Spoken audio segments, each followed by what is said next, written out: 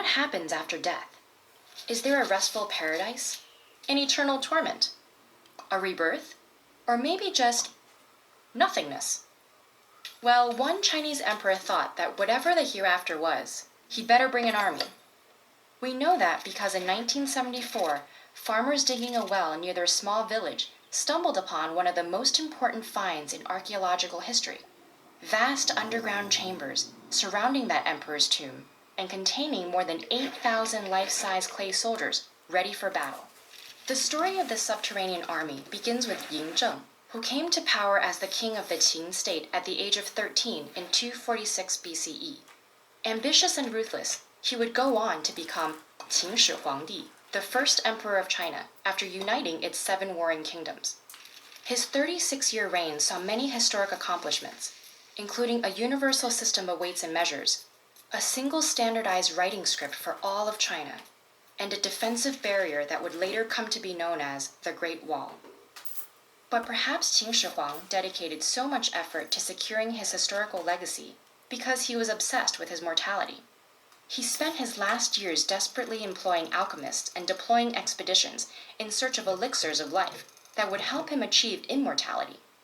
And as early as the first year of his reign, he began the construction of a massive underground necropolis filled with monuments, artifacts, and an army to accompany him into the next world and continue his rule. This magnificent army is still standing in precise battle formation and is split across several pits. One contains a main force of 6,000 soldiers, each weighing several hundred pounds. A second has more than 130 war chariots and over 600 horses. And a third houses the high command. An empty fourth pit suggests that the grand project could not be finished before the emperor's death. In addition, nearby chambers contain figures of musicians and acrobats, workers and government officials, and various exotic animals, indicating that Emperor Qin had more plans for the afterlife than simply waging war. All the figurines are sculpted from terracotta, or baked earth, a type of reddish-brown clay. To construct them, multiple workshops and reportedly over 720,000 laborers were commandeered by the emperor, including groups of artisans who molded each body part separately to construct statues as individual as the real warriors in the emperor's army. They stand according to rank and feature different weapons and uniforms, distinct hairstyles and expressions, and even unique ears. Originally, each warrior was painted in bright colors, but their exposure to air caused the paint to dry and flake, leaving only the terracotta base. It is for this very reason that another chamber less than a mile away has not been excavated.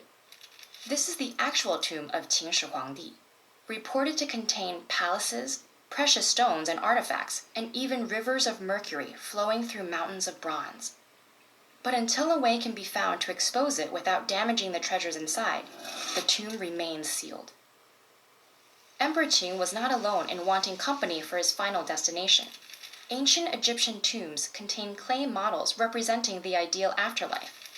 The dead of Japan's Kofun period were buried with sculptures of horses and houses, and the graves of the Jana Island off the Mexican coast are full of ceramic figurines. Fortunately, as ruthless as he was, Emperor Qin chose to have servants and soldiers built for this purpose, rather than sacrificing living ones to accompany him, as had been practiced in Egypt, West Africa, Anatolia, parts of North America, and even China during the previous Shang and Zhou dynasties. And today, people travel from all over the world to see these stoic soldiers, silently awaiting their battle orders for centuries to come.